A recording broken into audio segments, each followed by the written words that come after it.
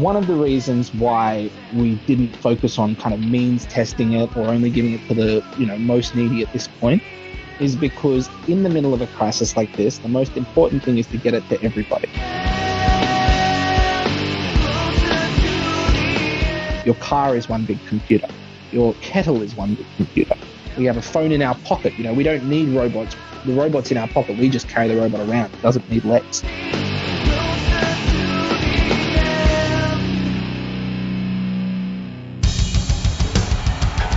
What I have said is that this campaign is not just about electing a president. It is about making a political revolution. MMT. Taking money from our children and borrowing from China. People are dying. Is the program so critical it's worth borrowing money from China to pay for it? And if not, I'll get rid of it. Stop lying!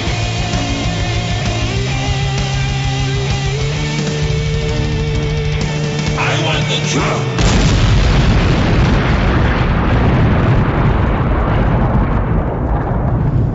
Now let's see if we can avoid the apocalypse altogether. Here's another episode of Macro and Cheese with your host, Steve Grumbine. This is Steve with Macro and Cheese. Our organization, Real Progressives, hosts a monthly national outreach call with an MMT economist, historian, lawyer, or scholar who gives a presentation to the live audience. In March, our guest speaker was our great friend Rohan Grey, founder and president of the Modern Money Network. We invited him to talk to us about the politics of digital currency, what he calls the battle for the soul of public money. He also spoke about his work with Rashida Tlaib on an emergency relief bill that was designed to get financial assistance to those who most need it during the COVID-19 crisis. So the format of this episode is a bit of a departure because it's not an interview, but the content is as interesting and important as you've come to expect from Macro and Cheese. So with that, let me present to you the podcast. Enjoy. Ron, thank you so much for joining us tonight, and I can't say enough good things about you, man. Oh, thanks. Well, thanks for having me. And, mutual. It's always great to be here. Always happy to support Real Progressives. And, once again, it's been an ongoing partnership and really appreciated all of Real Progressives' helps, particularly at the last conference. And thanks everyone for making the time on a Wednesday night. So basically, to start with, and as a bit of a preamble, this bill I've been working on with Rashida Tlaib came as a result of some other work I've been working with her office on regulating stable coins, which are a form of digital currency. Basically, the idea of the word stable coin there is that it's supposed to be tied to a stable amount of government money. So if you think about your bank account, one of the reasons why your bank account works like regular government currency, like paper money or something, is because everybody knows that $1 in your bank account is going to be worth $1. That's because of things like deposit insurance and the central bank supporting the banking system and all of those kinds of legal supports to basically make bank money a sort of delegated form of public money or a franchised version of public money, as my advisor Robert Hockett would say. So I was working with her on that bill, and I met the staffer from Rashida Tlaib's office through working with Ayanna Presley on some stuff related to job guarantee legislation, which should hopefully be coming down the pipeline. So watch that space. But when we started talking about sort of broader issues and just sort of brainstorming a little bit, they were mentioning they were working on a automatic fiscal stabilizer bill. That is to say, something where if there is a recession or if unemployment goes up, that rather than waiting for Congress to pass an emergency bill and all of the kind of resulting rigmarole like we're seeing right now, that something would just automatically kick in and start spending. And they were working on cash relief, but I obviously said you should definitely consider a job guarantee as a key part of any automatic stabilizer. And one of the other things they said is one of the challenges that we're having is how to get this money to people. How to get money very quickly in an emergency to people. What does that look like when roughly 20% of the population in America is unbanked? A lot of them cite as one of the major reasons for being unbanked that they don't trust banks. So it's not just they don't have access to a banking system, they actually don't want a bank account. And also a lot of people are undocumented or homeless or don't have a regular address that they can receive a check. So it's very difficult to get money to people in the middle of a crisis. So we started brainstorming, and what we came up with was this proposal called the Automatic Boost to Communities Act, which is a sort of development of another proposal that the Congresswoman had put together called the Boost Act, which was more about sort of regular income in normal times. And anyone who knows me knows I'm not a huge fan of universal basic income. I much prefer a combination of universal basic services and a job guarantee and a guaranteed income for people who can't work or shouldn't work or things like that. But in this context, in the middle of a crisis, we're dealing with people who've lost their incomes, lost their jobs, who are going to have all sorts of expenses they weren't expecting to have. And part of dealing with that crisis means providing emergency cash support. So the idea behind this bill is not to sort of become a backdoor universal basic income, but often MMTs say, we don't want to not give money to people who are poor. That's not the point, but there is still, deep, substantive structural reasons to oppose a UBI. But this was a great moment to say, look, we still have those concerns, but we are not heartless people who don't want to give money to poor people. And this is a moment where actually people really need support. And if we only focus on things like unemployment insurance or expanding existing welfare, there are going to be millions of people who are going to fall through the cracks. And this is exactly the kind of crisis moment where we can't afford to leave people behind. So we developed this proposal with an overriding goal of being universal, being emergency. And when we say emergency, we don't mean sort of 1 month and one initial payment and it's over, like you're seeing a lot of the House bills right now or the Senate bill proposing as a one-time payment. We're proposing $2,000 a month to everybody. And that includes people who are not citizens, that includes people who are homeless, and that includes children. So families who've got expenses related to dealing with their kids at home and things will have additional support rather than saying $2,000 for adults and only $1,000 for kids. There's actually sort of unique reasons why we want to be supporting kids as well at this point. And we designed it in such a way as to fund it through the idea of minting the coin. As people said earlier, you may have remembered the idea of the $1 trillion platinum coin was first proposed by a lawyer named Carlos Mucha, who goes under the online name Beowulf. And he first proposed it on Warren Moses' blog, actually. And it was designed as a legal kind of workaround to the debt ceiling, during the debt ceiling crisis, as a way of saying, actually, the government doesn't have to default, even if the Republicans won't agree to a budget bill, that the payments can continue to go out, even with the existing silly budget laws that we have that say the Treasury can't, run an overdraft on its account. And MMT knows that those are just silly accounting rules. They're not sort of some fundamental constraint. But the idea of the coin in that context was to provide a legal workaround so that the government didn't have to either default or, violate the Constitution by ignoring the debt ceiling or anything like that. I actually wrote a long paper on it. It's quite dense. It's a law review article called Administering Money, Coinage, Debt Crises, and the Future of Fiscal Policy, which is coming out. You can find it on SSRN if you're interested.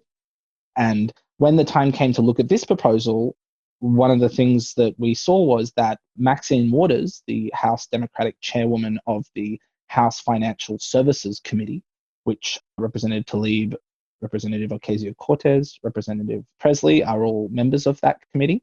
And they do things like oversee the Federal Reserve and deal with various forms of financial regulation.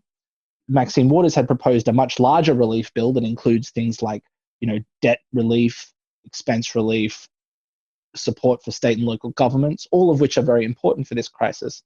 But she had included the concept of money-financed fiscal policy. And those words were sort of a big kind of opening for us, because actually when they said money-financed fiscal policy, what they really meant was that the government would issue Treasury debt, like it normally does, and the Fed would buy up that debt.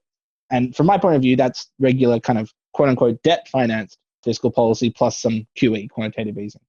So what I said to the staffers was, actually, if we wanted to do real money-financed fiscal policy, the Treasury has the legal power right now to issue its own coins, and it can fund fiscal policy directly. It doesn't need to rely on the Fed. It doesn't need to sort of go begging with its hand out, or we don't need to say the Fed is supporting the Treasury or, sort of lending its balance sheet to the Treasury, or that some people like to call cash transfers to people helicopter drops because they think of it as a monetary policy tool, something central bankers do rather than something the fiscal policy administrations do. And so the idea of using the coin here was not because it's sort of economically any different from regular deficit financing. Every MMTer knows it's all the same thing, whether it's government bonds or government cash, the same effect on the economy. They're all net financial assets. But the effect is to make very clear to the public that we are not relying on the Fed, we are not going into debt to our grandchildren, and we are not going to deal with any of this bullshit, frankly, about how you're going to pay for it. And what we saw in 2008 was right after the crisis, right after the depths of the crisis, there was a big backlash. There was the Tea Party. There was the Simpson-Bowles Deficit Reduction Commission. And these were a kind of reactionary response to all of the spending that occurred in the crisis. And you saw these people talking about, we've added trillions to the national debt and all of this kind of stuff. And obviously, as an MMT, that stuff is stupid, but we didn't want in this crisis moment for it to be more fuel for those reactionary right-wing movements. And while I would love for everybody in the whole country to suddenly understand the difference between debt money is not that real, in reality, we haven't won that fight completely yet. We haven't sort of declared victory and can move on. And what the coin does is provide a very simple, clear, publicly understandable idea. And it comes with a hashtag, it comes with an online movement who can back it up to explain to people that this is real money financing. It's not Fed-supported financing. It's the Treasury using its own intrinsic money power, which the Mint has had since the birth of the American Republic. The Mint is the oldest monetary institution in the United States government. The Treasury financed itself long before the Federal Reserve ever came into existence. So often people who don't understand MMT will say that the Fed is the entity that creates money. But of course, at the very least, the Treasury and the Fed have always shared that authority and shared that power within the institutional structure of the US government. And the point is to make it as simple as possible. So in the same way as we made it as universal as possible, when we say everyone, we meant everyone. We make this as simple as possible in terms of the financing. And of course, it's not like we're talking about a 10-ton coin of platinum or anything like that. The metal is irrelevant. The token is irrelevant. But it's very clear to people that this is not about borrowing from our grandchildren. This isn't about some complicated institutional interplay between the Treasury and the Fed. This is about as simple as we can get. And the idea of doing this was to kind of open the door to this larger discussion about other things. We could fund other things as simply as we fund it this way. MMT would say we already are funding it that way, but that doesn't mean the institutional structure we have today is particularly well designed or very clear to people. And if I sort of said the straightest way to get from point A to point B is a straight line, and somebody said, well, actually, what if we kind of go around here and then back down and then over here and then up into this corner and then turn around a few times and close our eyes and jump into a hole? You'd say, well, that's silly. Why don't we just go from point A to point B? And this is an example of trying to do that in a very simple way without sort of making our enemies have more ammunition to say this is violating Federal Reserve independence or any of that kind of crap. How the money is going to be distributed, because that gets into the digital currency in a second. But before I do, I just want to make one more point, is that this is designed as emergency cash relief, but this is not at all intended to be a one bullet to fit everything. There are a huge number of additional support services we need. We need expanded unemployment insurance, like Senator Sanders has been fighting for. We need expanded welfare benefits in general. We need a moratorium on rent, on credit card payments, on student debt, on healthcare payments, all those kinds of things. We need national healthcare. We need a job guarantee. But as Pavlina Cheneva has been arguing, we need a real kind of mass mobilization and restructuring of the whole economy on the other side of this crisis. We can't simply try to fix it with one policy or even just with the immediate response to the crisis. The other thing about that, and we put it in the bill, is that this should be accompanied by long-term progressive tax reform so as to ensure that the rich who don't need these checks or these prepaid cards that I'm going to talk about don't simply get more rich at the back end. But one of the reasons why we didn't focus on kind of means testing it or only giving it to the most needy at this point is because in the middle of a crisis like this, the most important thing is to get it to everybody. And the minute you start talking about giving it to some people and not others, you are going to cut some people out. Some people who need it are going to fall through the cracks. And from our point of view, there is going to be a need for a massive reckoning on the other side of this crisis in terms of wealth and income inequality and in terms of the power structure over the economy. The amount of free kind of support that's going to banks and going to corporations and things like that right now, we need to deal with all of those in a comprehensive manner. So rather than try to say this one proposal is going to be inequality neutral and then say, well, that's fine, we've solved everything. What we're trying to say is, look, maybe this policy is going to be over-inclusive because that's what we need to do in a crisis. But on the back end, we need to fix this and any other thing that comes from this crisis to ensure that it doesn't further existing inequalities of wealth, income, and power. So very quickly, because somebody asked a question, first of all, there may be other laws on the books with Canada. I don't know exactly where the law about the platinum coin, there's an equivalent law in Canada. I know that, for example, Canada has the Treasury be able to sell debt directly to the central bank, which, as I said earlier, is not my favorite way of dealing with this because it's still too convoluted and confusing. But Canada could pass a law and say we can mint a coin there as well. I mean, if you're going to pass new legislation, you can definitely do it that way. So to be clear, when we talked about this, one of the things that came up in the past debate over the platinum coin was whether it was legal under existing law for the Treasury to do it in a crisis. And some people said, well, it would go far beyond what the point of that coinage law originally was. That is not a problem in this context, because we are talking about passing new laws saying that Congress will tell the Treasury to do this and tell the Fed to do this. So it's not a situation where there's any concern of a power grab or anything like that by Treasury. Congress has absolute power to do this, and passing this law would make that extremely clear. So Canada could do this as well. With regards to universal basic services, what I mean by that is right now there's a sort of marketization framework, a neoliberal framework that says, the best way to provide stuff to people is to give them cash and let them buy stuff in the market. Now, as an MMTer and as a leftist, I've never believed that. I always think that, compared to school vouchers, public schools are the right way to go. Compared to a kind of health savings account, Medicare for all is the right way to go. Compared to, Disneyland gift cards, public parks are the right way to go. So provisioning public services directly that are free and universal to people is always superior to giving them cash. Now, in the middle of a crisis like this, it may not be possible to suddenly transform all of those things overnight, which is why we're providing cash support. And secondly, a lot of people are using this cash not just to make consumer payments, but to pay down debts and financial expenses that, again, might not be cancelled or put on hold immediately. So the point of providing cash here is not to give the impression that we only want to, further market production, because certainly Congresswoman Tlaib doesn't believe that, and I don't believe it.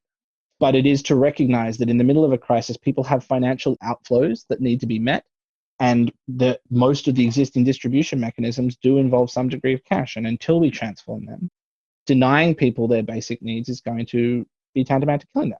And in terms of how to unwind from this, the bill itself has an explicit sunset provision of 1 year after the crisis. But more importantly than that, Representative Tlaib is a big supporter of the Green New Deal. She's a big supporter of the job guarantee. And she's a big supporter of a much larger transformation of the economy. So we are not talking about once we do this, then it'll suddenly be the robots and giving everybody cash and everything's fine. We're not at all interested in indulging that neoliberal narrative. But even Martin Luther King, even when they were fighting for the job guarantee, they talked about a job guarantee for those who can work and a guaranteed annual income for those who can't work, to recognize that while we're transforming the economy, we don't want to deny the poorest from participation in basic services that other people enjoy. And that's part of what this vision is. So I have been working with others and will continue to work with others on job guarantee work. I think the larger mobilization is critical. I think reducing people's expenses, their outflows, is just as important as giving them emergency support on the other side. And I continue to oppose the vision of the world that says, let's just give everyone cash and then all their problems are solved, stop complaining. But in the context of this, an emergency cash program is definitely a needed way to support people who, especially who would be falling under the cracks of these other proposals. And what you're seeing right now in the House bill and in the Senate bill and the President's bill is that it only includes citizens and lawful residents. There's very little evidence that it can actually get to the people who are homeless or at risk. There was a New York Times article that just came out that said that even the House Democrats are saying right now that the checks that they're going to mail out to people will take 4 months to get to people who don't have a bank account. And think about that. 4 months from now, if you're struggling right now and in 4 months' time, you're going to get a $1,200 check, that's supposed to be relief for you in the middle of this crisis. So one of the things that's valuable about this is that it allows us to say very clearly that we aren't hating giving poor people money, but there is a difference between that and UBI. And we have the moral high ground now. We are the ones who are providing the most generous emergency support right now. And what we can do is say to people, we need to do this now, but when we get out of this crisis, we need something much more transformational. We need the Green New Deal. We need the job guarantee. We need universal basic services. And we have the moral authority at this point because we were there when it mattered in the crisis. So to go to the distribution mechanism. So in terms of how the proposal gets passed, I mean, let's be realistic. Donald Trump is probably not going to support something that comes from Representative Tlaib, of all people, unless the public pressure is overwhelming. So the way that we get this passed is the way that we push for everything, is we mobilize, we demand, we force people to care, and we show that this is the only morally acceptable way to provide universal relief to everybody, because otherwise we won't be able to help everybody and people are going to fall through the cracks. We are actually working on a specific bill right now, and we're going to be in the next few days, it'll probably come out. But this was a policy proposal, which is the first way you kind of go along the way to getting the specific bill language. because there was a lot of like internal bills flowing around from Maxine Waters, from Nancy Pelosi, from the Senate Democrats and things. So sometimes that stuff gets merged together. Other times they say, we're not going to go your direction, but if you want to propose your own bill, you can. And that's looking like the way to go here.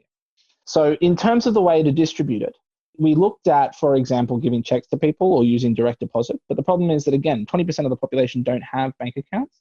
A lot of people don't have permanent addresses. A lot of people don't have a tax number, or even some people don't have a social security number, particularly undocumented people. So if we started from any of those positions and tried to work our way outwards from there, we were going to leave a lot of people behind. So the way that we thought that the easiest way to get money to people was to give everybody a prepaid debit card. These cards are administered by the Treasury's Bureau of Fiscal Service. They're currently used for things like EBT cards and SNAP cards, but you can design it with different rules. So this would have no restrictions on what it can be used to purchase from. It would be something that wouldn't be monitoring what people were spending it on. You could take it all out in cash. We included a provision saying there'd be no interchange fees so that banks wouldn't be sort of making a field day or charging a bunch of money on it. So a lot of the way that we designed it was to basically make it as close to cash as possible. So if you think about, with SIM cards, with phone SIM cards, people can either get an account where they have to give a bunch of information, or they can buy a prepaid card. And if they give a prepaid card, they often don't have to give as much personal information. So the idea here is for people to get these cards and to have the mechanism by which we distribute them to be as simple and as limited in information gathering as possible. So we decided to try to have a list of people who are eligible that includes IRS data, Social Security data, but also every other relevant government agency, including state DMVs, that database would only be used to monitor whether people had received the cards, not anything else, and would be destroyed at the end. It wouldn't be shared with any other government agency, so it wouldn't be part of some big surveillance state machine. And that we would have 3 different distribution mechanisms. One would be to mail checks, mail cards to people who had mailing addresses with certified mail, so they would have to, acknowledge that they received it. The second would be to set up distribution centers at post offices, banks, schools, other government buildings. And again, the idea would be to have as many of these as possible so that there wouldn't be large gatherings of people. And if we get most of the people who have regular addresses, then hopefully the number of people that will need to go and pick them up in person will be relatively small. But if you think about the way it works with voting, for example, the more voting booths that you have, the less lines and queues there are. So the more of these that we could have set up in almost every government, or anyone that we could deputize to run one of these distribution centers, the better. And people would come in and say, okay, here's my name. And you say, okay, we put your name down. And if you say, I didn't receive a card in the mail, and they say, well, it says we sent you one. Well, okay, we'll issue a replacement right now. And if it turns out that there's fraud and things, we'll deal with that on the back end. We're not interested in denying people in the middle of a crisis. There's always going to be some grift. There's always going to be some degree of abuse of a system like this. But in the middle of a crisis, that's not our priority. And if you look at the amount of millions and billions that the people at the top are going to be running away with as a result of this crisis, it's not our focus that maybe a few poor people will get an extra $1,000 or something like that. The third prong, in addition to mailing and in addition to having pickup centers, is to actually set up an emergency responder corps. And there are emergency corps around the country that could be, sort of conscripted for this process, to go out and give cards to at-risk communities who otherwise might not feel comfortable coming into banks or couldn't come in, or who don't have a permanent address. So the homeless, undocumented, physically disabled, elderly, those kinds of people. And in the process of giving them their cards, to perform a wellness check on them to see whether they need additional support. And we included that specifically because this system should be integrated with a broader emergency response system, and to recognize that for a lot of people, they are going to need additional assistance. And we don't actually even know all the reasons why people might need that assistance. So setting up this kind of emergency network, a solidarity network of people who are sort of, volunteer, like the way that people in 9/11 volunteered to go pull people out of the building. You volunteer to go to your community, you get deputized. And again, maybe some people will sort of abuse that, but that's not our priority. Most people are good people. Most people will do the right thing and help other people with this system. And if it turns out there are some bad people, we can deal with that on the back end, like we deal with the larger, accountability that will come at the end of this crisis. But in the middle of this, the point is to stop people's bleeding financially and to put the fire out. So what we need to think about here is to think about what the implications are in the long term. And one of the implications in the long term about this is, what we try to give the impression here is that this can function like the seed of a genuine government digital cash system. So if you think about the discussion around Fed accounts or postal bank accounts for all, which I strongly support, and we've been arguing in favor of that for over 5 years now. I believe the first time Raoul wrote an op-ed about postal banking was in 2014, and we held a big conference in New York called Rethinking Economics in 2014, where we had a representative from the Postal Workers Union advocating for postal bank accounts for all, and we had Mercer Baradaran, who's been a long-time postal banking advocate. The person who came up with the idea of central bank accounts for all, Morgan Ricks, is a friend of mine, and he supports this proposal, and my advisor, Robert Hockett, has proposed citizen accounts for people as well, which is a similar version. So all of these are good ideas, but the part that I bring to the table that those proposals haven't is an emphasis on digital cash, on something that actually respects privacy in the same way that physical cash preserves people's privacy. The money is in your pocket. It's anonymous. You can transfer it peer-to-peer to people offline. And if you think about the way that cash works today, you might not want to keep your whole life savings in your pocket in case you misplace your wallet or in case you get robbed or something. So you might not keep all of your money in a digital cash wallet. You might keep a lot of it in a Fed account or a postal bank. But you keep enough in your cash wallet that if you do want to engage in some sort of transaction that you want to be private, that you have that option. And I'll talk about that more in a second, but we explicitly put in to the bill that in the long term, this should be transformed into a privacy-respecting digital cash wallet.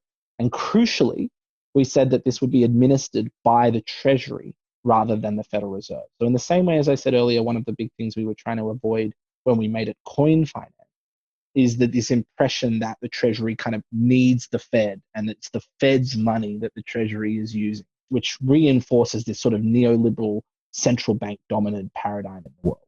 The idea that digital money is tantamount to bank accounts and that giving everyone digital government money is just basically your bank account, but on steroids or without the exchange fees or anything like that. We wanted to really think bigger and say to people, what we want to do is to imagine a world where we are actually building a brand new monetary system that goes much deeper than just your bank account, but slightly better, to actually think about what digital cash would look like in a digital economy, an internet society. And that this would be something that the Treasury should manage, because the Treasury is the entity that is accountable to the president, which is accountable in elections. And if you think about central bankers, who are central bankers? Central bankers are usually people who got a PhD in macroeconomics. And obviously, I have a lot of friends who are macroeconomists. I love them dearly. But a lot of their training is in statistical modeling and data analysis and economic history. So it's a very different kind of expertise.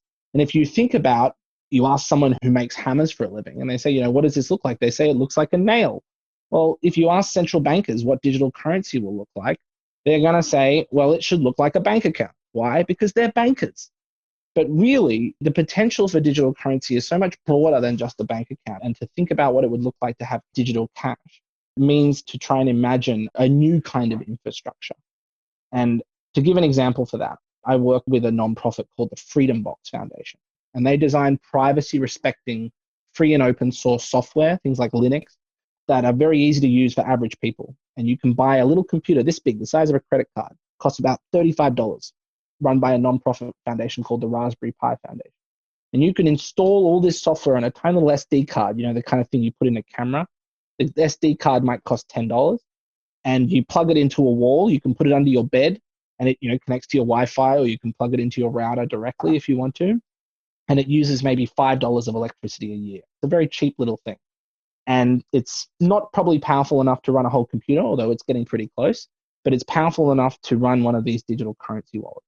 So if you're the kind of person who doesn't trust the government and you want to kind of keep your money under your mattress, you could run one of these digital cash wallets literally under your mattress and then connect to it securely from your mobile phone through an app. That's the vision. They don't have a wallet yet in their software. What they're looking at are things like a chat system, a website, a system for storing your files, a system to have what's called a VPN, a virtual private network, that basically means you can, wherever you are in the world, you can tunnel into your home Wi-Fi network. So if you've got a computer at home, you can access it from wherever you are in the world. So, if you don't want to take your data on the plane to China or something, if you don't trust them to confiscate your laptop, you could take a laptop with nothing on it and then you could access it. So the idea with these digital cash wallets is to make it something that's super cheap, and you could put it under your mattress and you could access it anywhere, and it would be privacy respecting cash. And this proposal is using the closest thing that we have to that technology today, which is these prepaid debit cards. And of course, prepaid debit cards are still in partnership with a bank, and they're still basically, using the sort of traditional banking system. But at least we are getting into people's heads the idea that it's different to receive direct deposit to receive a kind of tax refund in your bank account than it is to get digital cash with no questions asked. And that's really the model that we should be thinking about in the future. So that's the vision for the digital currency proposal. And that's why we made it funded by the Mint, even though, as MMT would say, there's not a real economic difference. One other thing I'll mention about the coin is that in addition to the sort of after the crisis reactionary fears about the national debt and austerity and how much we've borrowed and all that stuff that we were trying to avoid, a lot of people will say, well, the Federal Reserve maybe in emergencies can lend this support to the Treasury, but in normal times it can't. So the point of emphasizing the coin was to say, actually, this is not Fed money, this is Treasury money. From a consolidated government perspective, it's all the same. But from that perspective of someone that's concerned about Treasury Fed independence, this is an important distinction that allows us to say that the Treasury is financing this on its own terms. And if there is a negative fallout from this program, which I don't think there obviously will be, then it will be borne entirely by fiscal policy. It's not the Fed supporting it. It's not monetary helicopter drops. It's none of that stuff. It's fiscal policy financed by fiscal money. And to the extent that we have a problem with Fed independence, which again, I don't really believe in, I don't think it's very good, but to the extent that people do have a problem, this proposal gives the Fed an asset. The coin sits on its balance sheet as an asset permanently. So it isn't, using its money power, its balance sheet to support this program. It's just buying an asset in the same way as if it bought government debt. And it's the Treasury that's doing it. So going into my work, I've got this book coming out called Digitizing the Dollar, the battle for the soul of public money in the age of cryptocurrency. And the idea here is to bring my insights and experience with MMT, which I obviously owe all the intellectual debt to the people who developed MMT long before I came along, with my understanding of law, because I'm a lawyer, and my understanding of technology, because my father was a scientist. He actually spent some time writing legislation for the Australian federal government for telecommunications in the 1980s when they were first developing cable television. And then when I went to law school, I was very interested in internet issues. And I wrote my legal master's thesis on copyright and an MMT approach to copyright in a digital economy. But I came across a professor there named Eben Moglen at Columbia Law School, who was one of the most brilliant people I've ever met. And he helped design one of the first email systems at the age of about 13 when he worked for IBM doing advanced programming language as a sort of wonderkind. He eventually went to law school and clerked for Thurgood Marshall on the Supreme Court, and then he became a professor of legal history. He does English and American legal history, so he teaches about 1,000 years of legal history. Anyone who knows legal history knows it's very dense, it's very detail-oriented. He has about 1,000 years of that stuff in his head, but he also continued to be a kind of technologist and a futurist, and worked with a guy named Phil Zimmermann in the early 90s. Phil Zimmermann was the first person who came up with a publicly available version of what was called public key encryption. Now, you might not have heard of the term public key encryption, but you've definitely used it.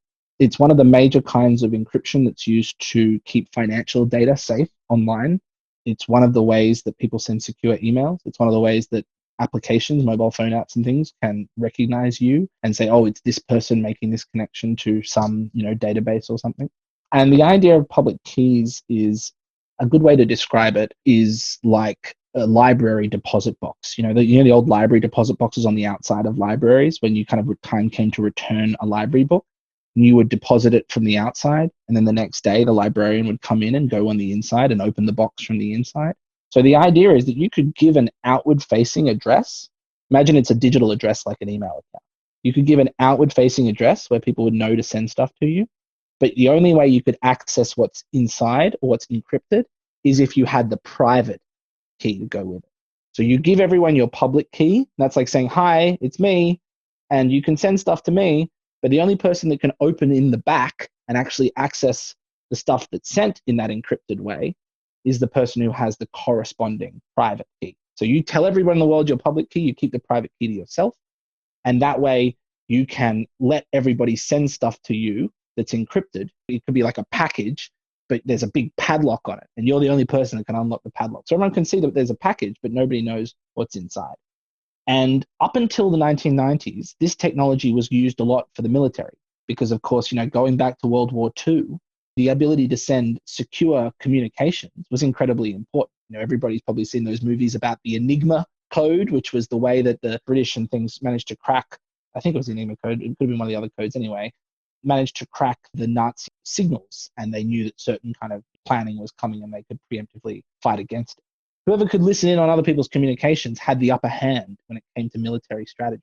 And so the ability to encrypt your communications, to say things on public radio that the other side couldn't understand, was incredibly powerful as a sort of source of intelligence gathering and military intelligence strategy.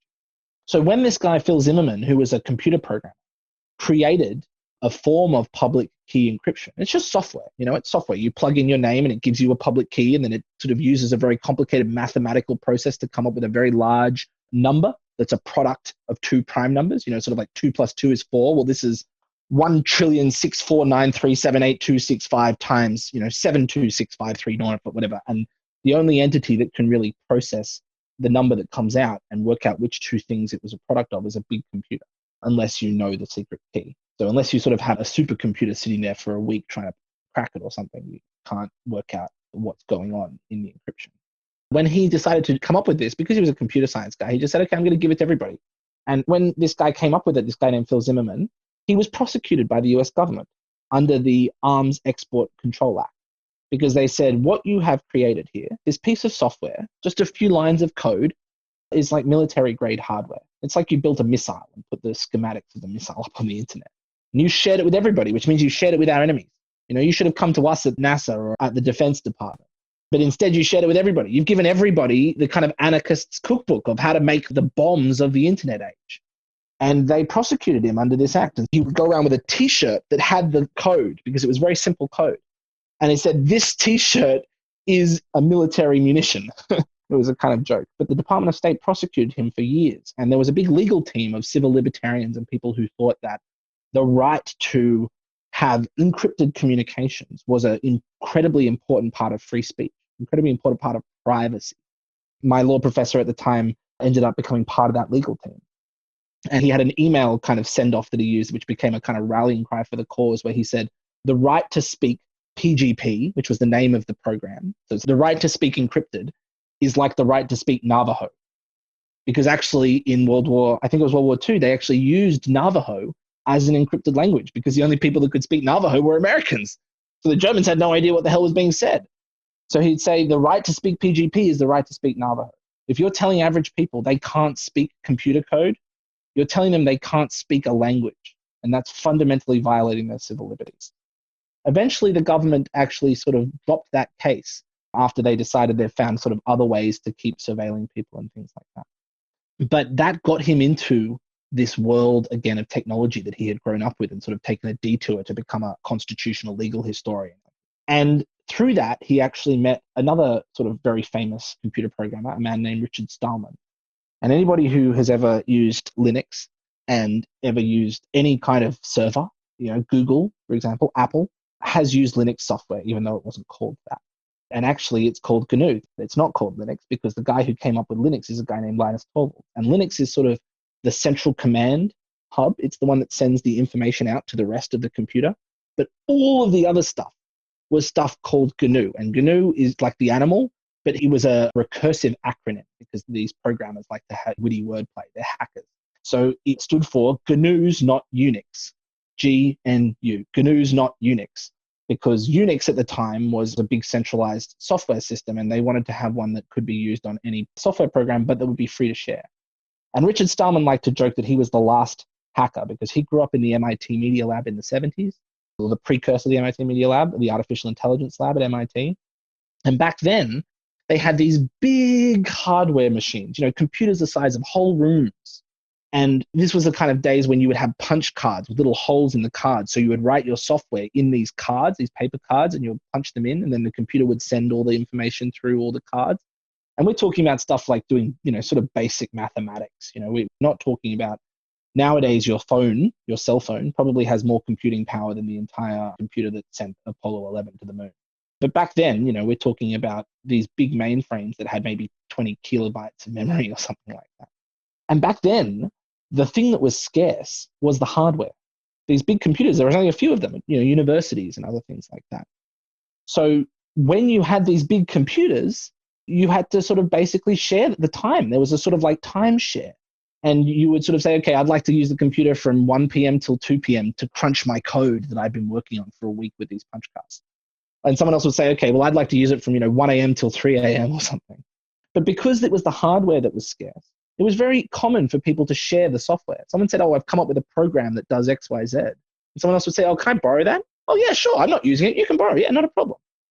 Eventually, what happened is that the computers started to get cheaper and cheaper. The big rooms got smaller and smaller until the point where we got to a kind of desktop computer. And then people like Bill Gates came along.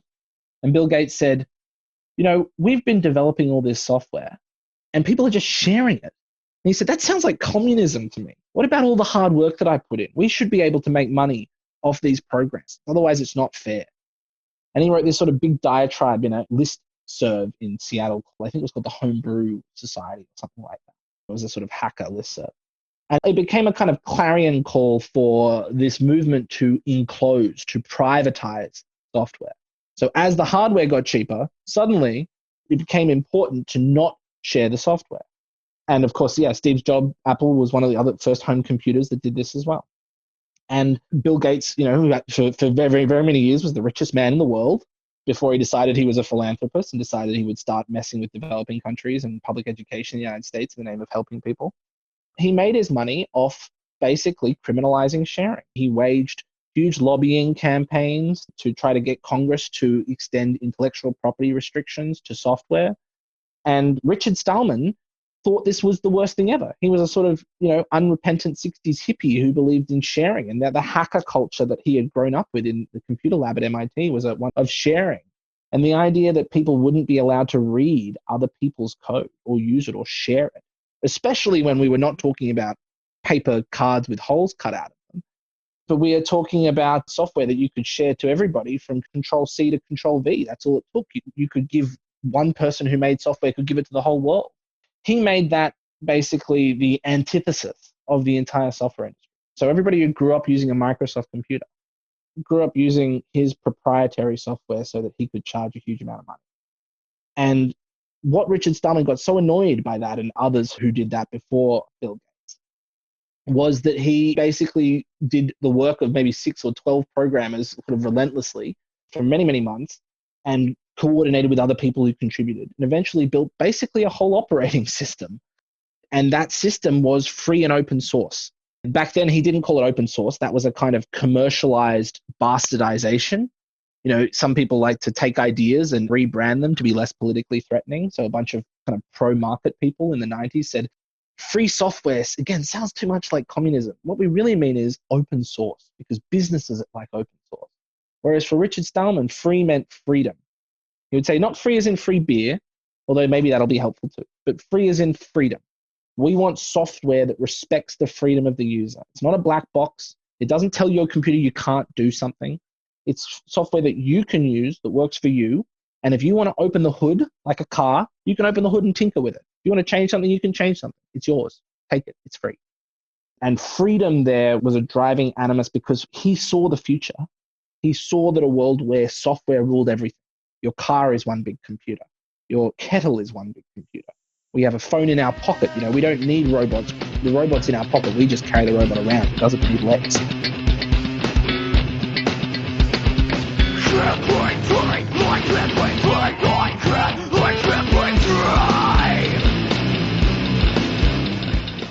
You are listening to Macro and Cheese, a podcast brought to you by Real Progressives, a nonprofit organization dedicated to teaching the masses about MMT, or modern monetary theory. Please help our efforts and become a monthly donor at PayPal or Patreon. Like and follow our pages on Facebook and YouTube, and follow us on Periscope, Twitter, and Instagram.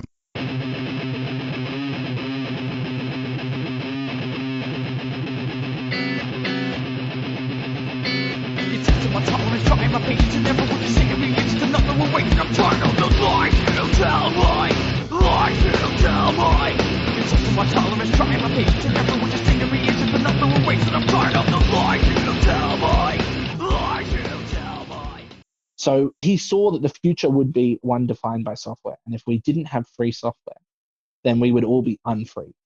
And that the people who controlled the software would be the people who controlled the lives that we live. They would control what we got to see, They would control how we got to use the devices around us. They would control when we got to share things with other people. And I sometimes use this because it's just such a perfect example. But about a year or two ago, Amazon sold a copy of 1984, the classic dystopian totalitarian state novel, via Kindle. And then it turned out that there was a copyright dispute with the particular publisher of this version. And so they just recalled all of the 1984 copies that they sold. So people woke up one day and that the book that they bought on their Kindle was disappeared. It just didn't exist anymore. So imagine if one day you held a library and one day you woke up and suddenly half the books had just disappeared because the publisher had just decided you didn't deserve to own those books. Well, you don't need to burn books in a world like that because there's no books left to burn. So what he saw was a world where whoever controlled the switches, whoever controlled the software, whoever controlled the content, controlled people's minds, controlled people's freedoms.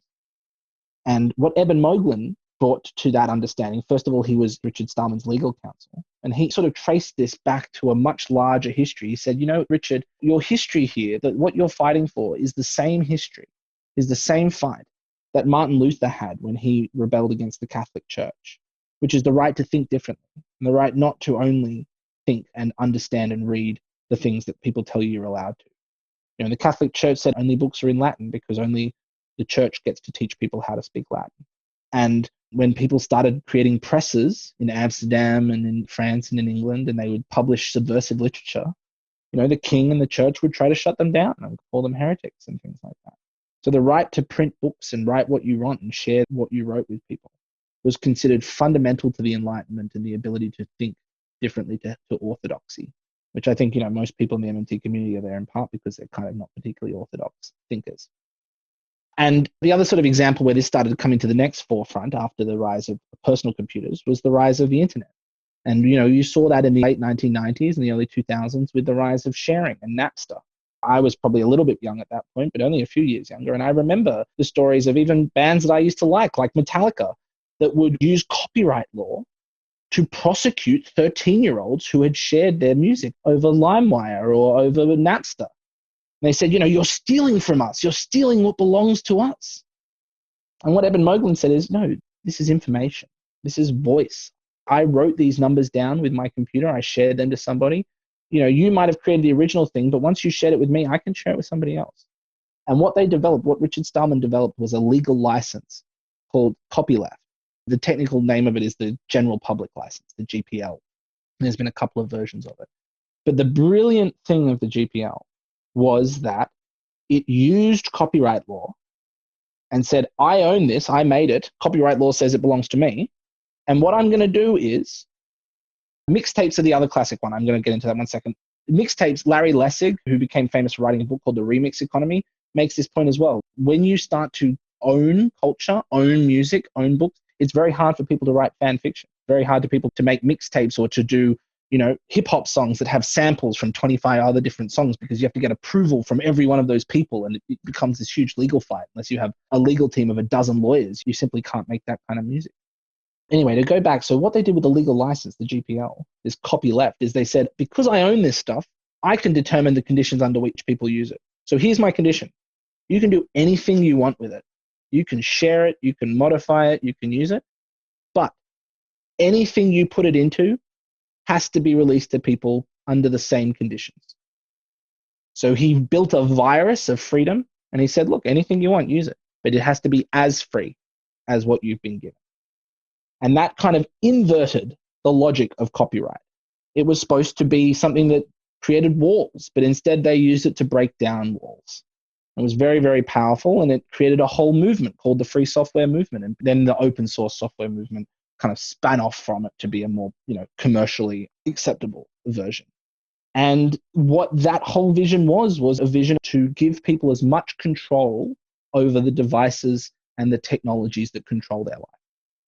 And when I came to law school, I didn't really know that much about my computer. I used an Apple computer because it was sort of pretty and easy to use, and it made me feel like I was, very kind of slick and aesthetically fun. But Apple computers take away all your choices. They tell you, we've got this under control. You don't have to think. Just press this one button. You don't have to have choices. Everything is just so perfect that you don't have to think about it. And when I first started hearing about this technology, and Eben would say, Don't use Facebook. Facebook steals all your data. They control you. Don't use Google. They don't care about you. They steal your data. And yeah, it is elegant. Apple is extremely good at aesthetics. It's seductive. Eben likes to call Steve Jobs the king of the undead because, like Dracula, he's so seductive that you want him to bite your neck and then you're under his spell forever. And he uses his beauty in that. He was a brilliant artist and a moral monster. But basically, when I first heard this stuff, I was very resistant to it. And I said, well, God, that sounds like a lot of work. Do I really have to learn about computers? Well, if people are taking all of my data, what have I got to hide? I guess fine. They know everything I know. They can read all my texts. They can hear all my phone calls. They can see all my emails. Well, I got nothing to hide. Who cares? And he said, you're wrong. For two reasons. One, you do have things to hide. Everybody has things to hide. But more importantly, when you give up your email, you're giving up everybody that sent email to you. When you give up your text messages, you're giving up everyone that sent text messages to you. Privacy is not about you as an individual. That's the neoliberal individual mindset. Privacy is like the environment. When you pollute it, when you degrade it, you degrade everybody's. And when we have a world where authorities, whether they're massive corporations or governments, they can hear everything you hear, they can see everything you can see, they can know exactly how you think, then you don't have any freedom. They'll use it to start selling you ads, but whether you're the Chinese Communist Party, the American government, the next thing they'll do is start controlling how you think. And then if you start to think a little bit different, maybe you get deleted along with 1984. And it was very scary for me to come across this, and I resisted it. I said, this is too much. No, you're just being extreme. You're being hyperbolic. And he said, I lost 37 members of my family in the Holocaust. And next time they come for the Jews in Europe, and they will, they're going to get every single one. They're going to get every single one because they're going to know where they are. They're going to know who they are. They're going to know who they're talking to. They're going to know where they meet. And they're going to know every single transaction they make in their life. And he said, last time people used to keep lists of everybody knew, the only responsible thing was to refuse and resist. Even if that meant you being tortured, you didn't give up your friends, you didn't give up your family. And that hit me like a ton of bricks. I mean, that was like a gut punch. Because I didn't like to think I was the kind of person that was an unwitting tool of totalitarianism. And I didn't really know what to do with that for a long time. I spent a long time trying to learn how computers work. And I started learning how to code these little Raspberry Pis. I started to try and get involved in these internet spaces and sort of, get involved with them. Yeah, pre-crime is the exact thing. There have already been cases right now where people have used people's Google search history as prima facie evidence that they were going to commit a crime. If someone Googles how to make a bomb or something and they say, look, there we are. Well, you were just asking a question. It's like if someone goes to the library and says, hi, I'd like to read a book, and they'd say, okay, I'm going to report that to the secret police. Just put it in your file that you've read this book.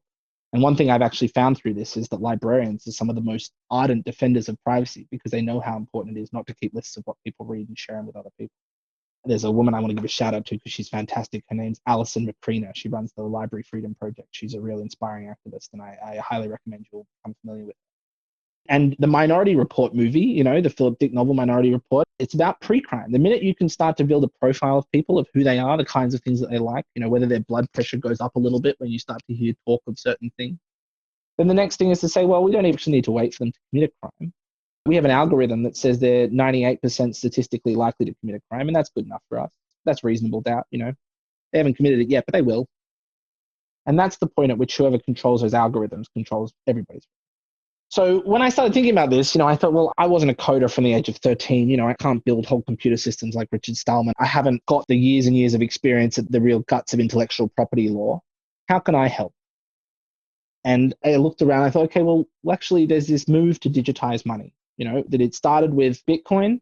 And after the global financial crisis, it actually started 30 years earlier with hackers who did care about privacy because, again, they saw the future and they wanted to build privacy respecting cash. But most of them were such libertarians or anarchists that they didn't want to think about government money. They hadn't internalized the MMT point that money is always kind of public. So they were thinking, if I can just build a digital private cash instrument like Bitcoin, then as long as that's private, we'll be fine. But once I realized that that was an important area, I realized that we need to combine that with MMT's understanding of public. We need to think about what public digital money would look like that actually respects people's privacy. And I started focusing on this back in about 2013 because it started coming through countries in sub-Saharan Africa that didn't have developed banking systems. they used people's mobile phones as payment. And they originally did it with mobile phone airtime, like air minutes. And if you think about the MMT story, the MMT story says that it's taxes that drive the value of money. Well, if you have air minutes, well, your air minutes are like tax credits for your phone. And the value of those air minutes is because you can pay your phone tax with. So the minute that they started giving people the option to send each other minutes, people in areas that didn't have banking systems but did have mobile phones started trading mobile phone airtime as money. It was the closest thing they could get to digital cash. And the minute the telecom companies realized they wanted a good thing here, they started edging into the banking system. They said, we love to collect people's data. The data is the oil of our economy. The more data we get, the more we can sell ads and we can build profiles of people and all these kinds of things. We can sell it to governments and security services and intelligence agents. But what happened is that the telecom companies came into these places, and once again, Bill Gates was a big figure in this, the Bill Gates Foundation, under the guise of helping the poor and helping financial inclusion. He brought in, giving people mobile phones. But what it's really about is these telecom companies and these banking companies that say, the minute we get you, plugged into the matrix, the minute we get you jacked up with electricity, so you're not using physical cash, you're using our mobile phone cash systems, then we can monitor what you're buying. We can monitor where your money is going. We can do these big maps of all the data flows, and that's more information for us. That makes our algorithms smarter, and we can work out how to target microcredit to you, and all kinds of products to you, and those kinds of things. So what started as this sort of, beware first world philanthropists bearing gifts kind of thing, eventually made its way to first world countries. And we saw Bitcoin, and then we saw things like Libra, which my colleague Raul Carrillo has been fighting now in DC with Americans Financial Reform and Demand Progress. And I sort of saw, well, okay, it's going to go through private companies. It's going to be Venmo and it's going to be PayPal. But eventually it's going to get to the government. The government's going to realize that they want to control this. The private sector is always the tip of the spear, but then the rest of the spear is the government. So when the moment comes and governments realize, hey, we don't really need to let all these private actors run the payment system, we can run it ourselves, they're going to have a question facing them. And that question is, do we get to see everything all the time forever? Do we get to turn off people's bank accounts when you're a bad citizen? Or do we get to take money out of your account when you have taxes you haven't paid, even if you don't want to give it to us? Or are we going to have something that still works a little bit like cash? You can put it under your mattress, and if they want to come and take it from you, you can get a bloody search warrant. That question right now is a question that's being answered behind closed doors by central bankers. Because those central bankers are saying to themselves, well, what do we want? Well, we're bankers, so what do we digitize? Well, we'll have digital banking. They don't care about cash. Cash is for poor people. They care about financial accounts because that's what their financial market participants. And if you think that Jay Powell, the chairman of the Fed, is going to be the civil liberties, defender of last resort, he's going to be the guy to stand up to the NSA and the CIA and the FBI and every other data collection company and Facebook and say, no, you can't collect all of this data. If you think he's the champion, I think, we have a difference of view of how powerful that's. What we need is to make this moment we're living through, because we're going to be the last generation that's going to remember what it was like before this new technology. In the same way as the people who are living now are the last generation that's going to remember the world before the internet, we're going to be the last generation that remembers what it's like to live without digital currency, government digital currency directly in our wallets. And either we're going to think of that as something that's private, or we're going to think of it as something that's constantly surveilled. And people will get used to it if it's constantly surveilled. But they'll just be that little bit less free. They just won't say that thing out loud. They just won't think that thing out loud. So someone said people think Gmail is free. Yeah, well, you don't pay any money, but what you pay for is spying all the time. That's what you get. You get a free email account at the cost of spying all the time forever. Moglen likes to use this line. He said, imagine the KGB came to you and said, I'll give you a free email account, but we get to see everything. Would you call that free? Probably not. Imagine if the Stasi said, hey, we'll give you a mobile app that you can make payments like Venmo. And you don't have to pay for it. There's no transaction fees or anything. But we get to see everything. We'll see everything forever, and we'll put it in your private file. Would we call that free? I don't think we would call that free. So what we need to think about is a system where it's not just a centralized database. I believe in, public governance. I believe in collective governance. But we can't build a single database forever that's so big that the only thing standing between it and all the spies is trust. What we need to think about is a system where the digital currency goes out, but like cash, you can put it under your mattress, and the only entity that can use it is you. So the word cryptocurrency doesn't mean private currency. Screw those private currencies. Screw Bitcoin. Screw Libra. They're all stupid. They're all waste of time. I'm talking about public currency. What cryptocurrency means is currency that is cryptographically secure. And arguably all currency, digital currency, is cryptographically secure because even your bank account has cryptography to ensure that it can't be hacked.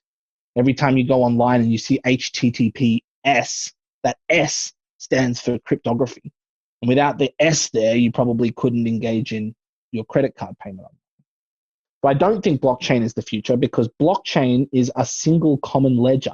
It's a single common record of all transactions. And the only question is who gets to add to those transactions. But if you think about cash, the beautiful thing about cash is there is no common ledger.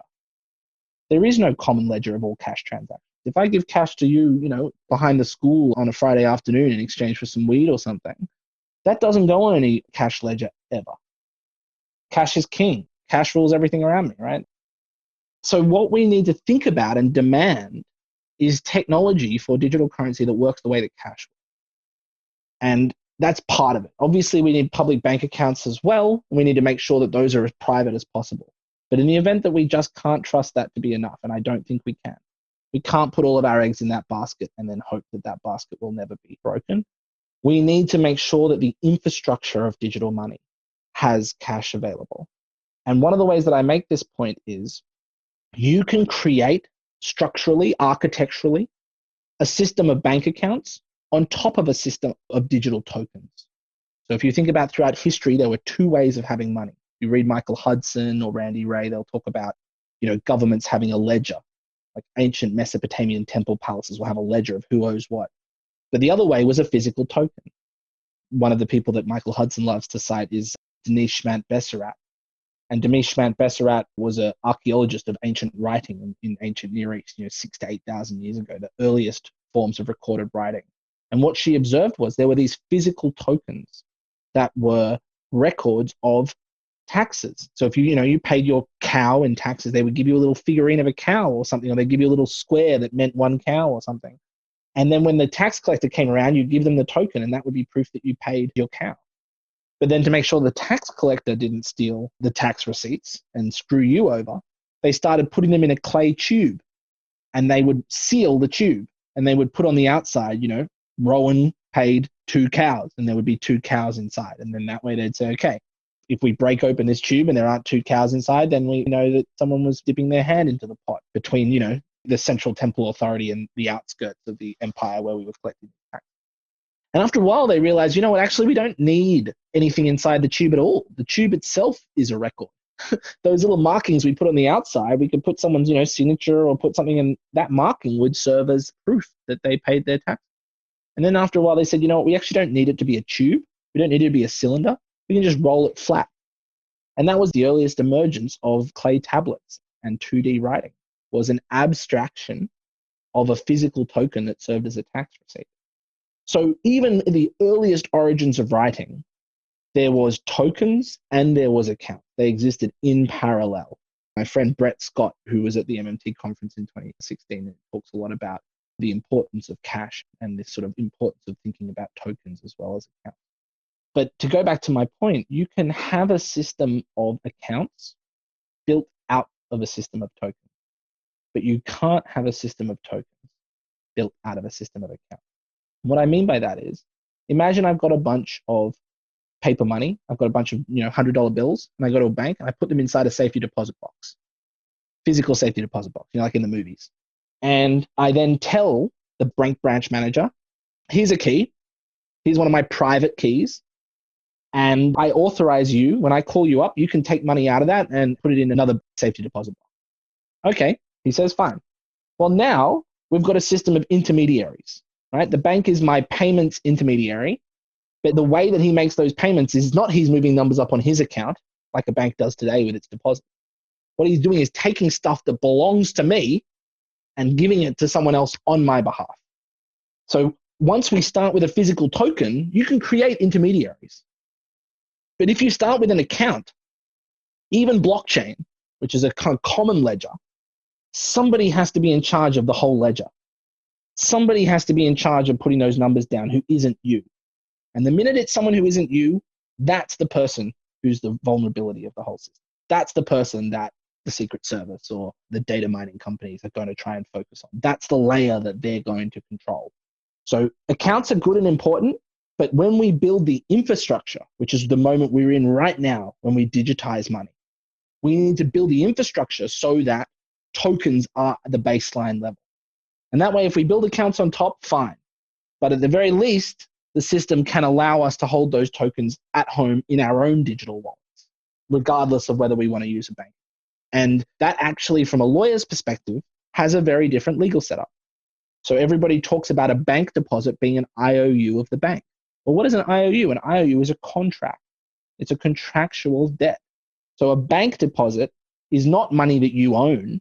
It's a contractual debt that the bank has to pay you money when you want it.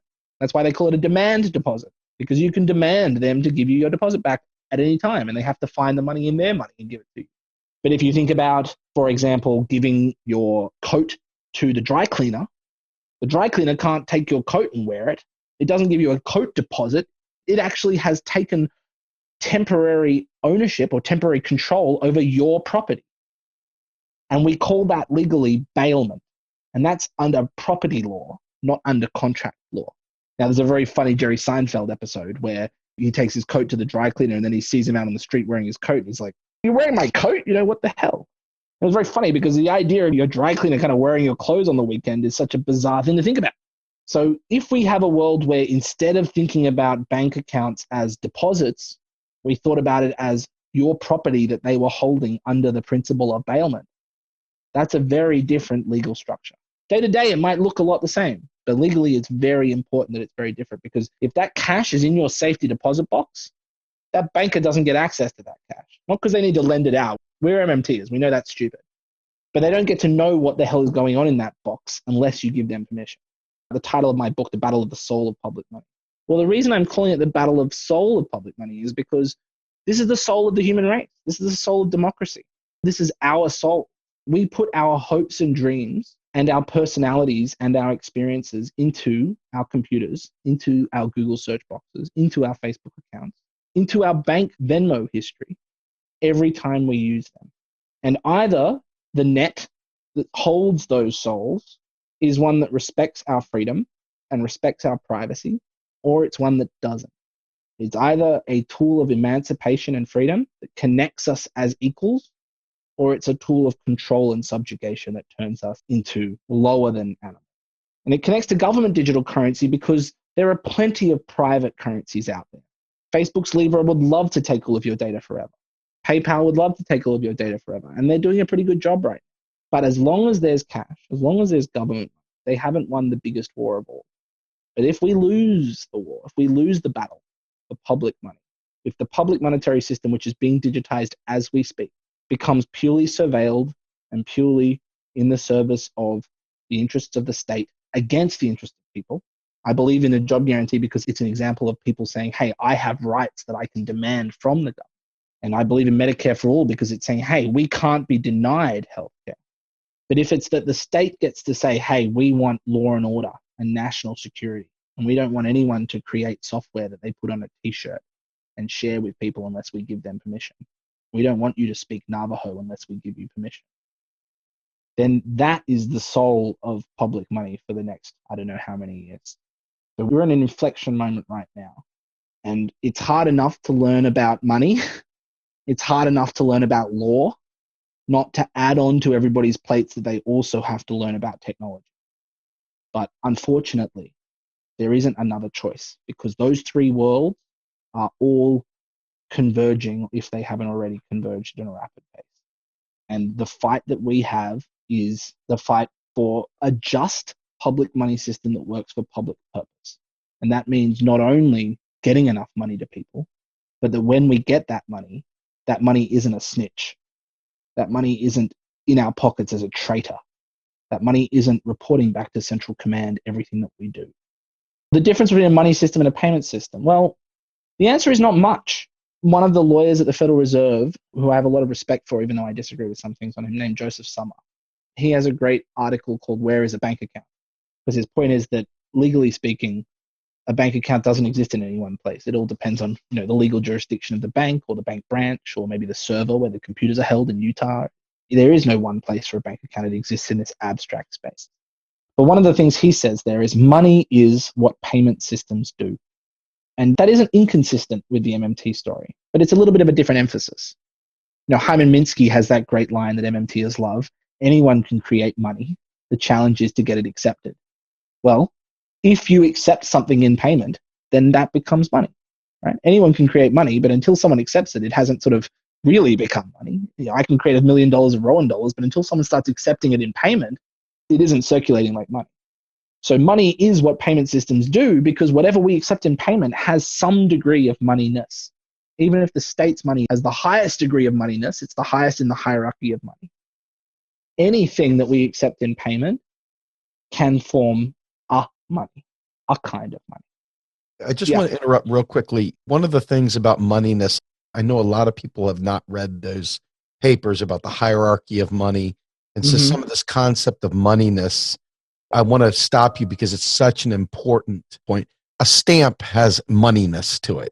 A coupon at the grocery store has moneyness to it. So in that sense, there's many forms of money. There's very few forms of state currency. I just want to make that delineation. That's all. Yeah. No, that's an important one. Thank you. And some people would say, for example, MMT has a credit theory of money and a state theory of credit, And so if anything that functions as a credit can have money, but then MMT says of all of the kinds of credits out there, state credit, state debt, of course, credit and debt being just two sides of the same thing, is the most superior, has a unique place amongst all of them. So anything, I use the example, which is also, a little bit related to payment systems, Starbucks gift cards. And, why does it have value? Because you can use it to pay your Starbucks debt. You can use it to pay your Starbucks tax. If you need coffee every morning because you're addicted like I am, then you need to pay your Starbucks tax every morning on the way to work. Well, if you can pay your Starbucks tax with Starbucks gift cards, then it can function like a degree of money. And currently, I believe, and someone fact check me on this, I think it's either 3 billion or 7 billion. It doesn't really matter. The point's the same.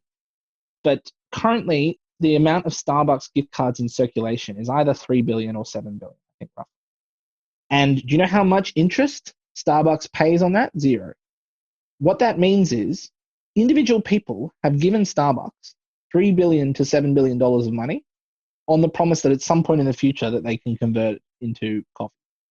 That's a loan, right? That's a loan, and Starbucks is giving them a Starbucks deposit, basically. And if you think about how much it costs to borrow corporate debt, to go on the corporate debt markets, if Starbucks wanted to raise $7 billion in cash, it would probably pay 1%, 2%, maybe 3%, depends on the day of the week. It's paying 0% on those. And it could take that money and invest it, sure. But that is its cheapest source of financing out there. So anytime you create a payment system that people put their money into and they keep their money in your payment system, they're giving you maybe better quality money in terms of the hierarchy of money in exchange for maybe a better payment system. So think about mobile money back to the airtime minutes. Well, you can't pay your taxes with airtime, at least not until after the telecom company did a deal with the bank and the bank did a deal with the government. But you can't pay your airtime minutes with airtime, so it may not be as good a form of money, but it may be a better form of payment. And there has been this sort of back and forth between public sector law and public sector legal power and political authority and private sector technology for centuries, millennia. And sometimes when the private sector gets the edge on the technology, it can shift the balance of power. Not that the state doesn't have power, of course, but think about, for example, when Obama ended funding for NASA. Said, we're not going to do NASA anymore, basically. We're not going to try to go to the moon. It ended funding for space missions, for NASA. We're not going to try and do any more manned space missions. We'll leave that to Elon Musk and to Richard Branson and all these private companies.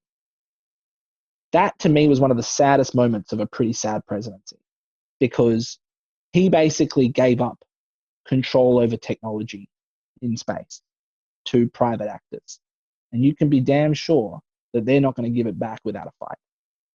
So when it comes to digital currency technology, this is the sort of Empire Strikes Back moment. Facebook's Libra, when it said we're going to build a Libra currency and it's going to be available for 2 billion users of Facebook and WhatsApp, suddenly governments were really shit scared because they said, oh my God, if we let them do this, we will lose so much control over the monetary system. We're not going to lose complete control because government money is still the highest kind of money on the hierarchy.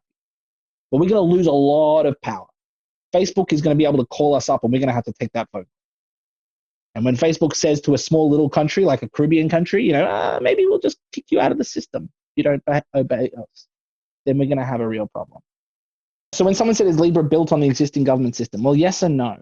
So one of the things that a lot of stable coins, to go back to something I mentioned at the very beginning, when I was working on that bill with Representative Tlaib's office on regulating stable coins are using private payments technology, but backed with government money. So you get all the benefits of stable government money, at least in theory, compared to like Bitcoin or something.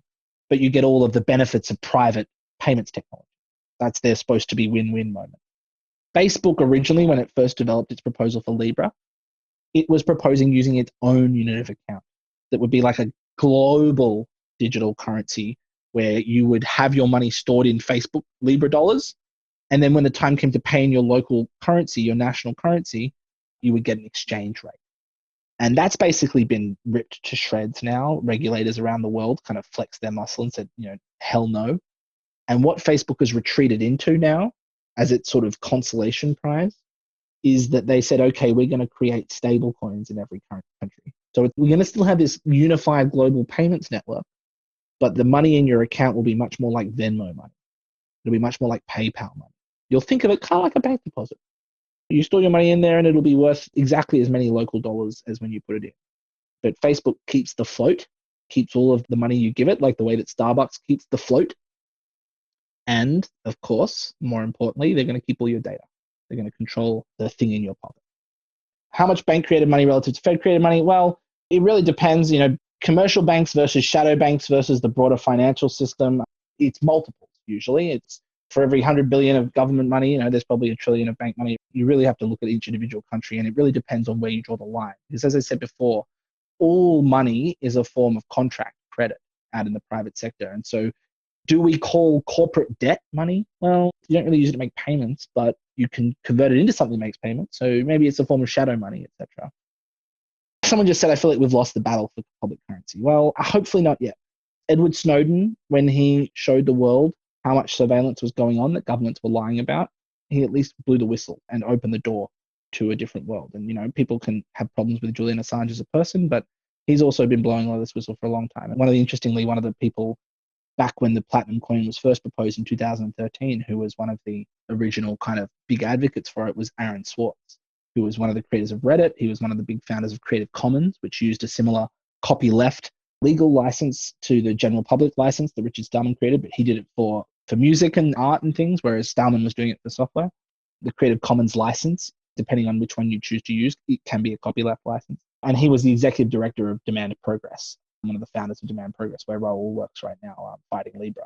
And the very last tweet that he published before he died was advocating for minting the coin, actually. He died because he downloaded a bunch of JSTOR articles. He went to MIT, where he was affiliated with, and downloaded a bunch, maybe it was Harvard, downloaded a bunch of JSTOR articles. Then the FBI prosecuted him for violating copyrights, because what started off as a private copyright was turned into a criminal law. And eventually the government hounding him over that was so stressful to him that he committed suicide. And it was a huge loss for internet freedom. He was a trailblazer. He was doing a lot of incredible work at a very, very young age. So someone asked, will the CC given by the government, the debit card given back to the government, it is a debit card, which means that there is a bank account, which means there is bank data. We don't want that data to be used for any other purpose. And one of the reasons we made it so that it can be converted to cash is so people don't trust it, We don't have the digital anonymous public wallet infrastructure that I want yet. So otherwise I'd be proposing using that. But one of the things we put in the bill is that at the end of this crisis, we convert that prepaid network into a digital privacy respecting cash wallet system. We explicitly put that in the bill. And I have been emphasizing that everywhere I've been going and talking to people about this bill, because it is really, really important. And if this bill is just a backdoor way to do what they were doing in sub-Saharan Africa and force everybody into the banking system so that they can be surveilled and monitored, then that will be a huge shame and a hugely counter to what we're trying to achieve. So from my perspective, the privacy respecting element is really critical for all this. Rohan, I want to thank you for taking this much time with us. Yeah, thanks for everything, Steve. Keep on keeping on. Stay safe, everyone. You got it.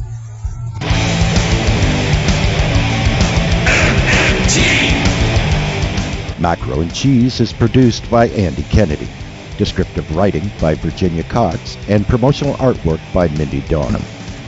Macro and Cheese is publicly funded by our Real Progressive Patreon account. If you would like to donate to Macro and Cheese, please visit patreon.com/realprogressives. I want the truth.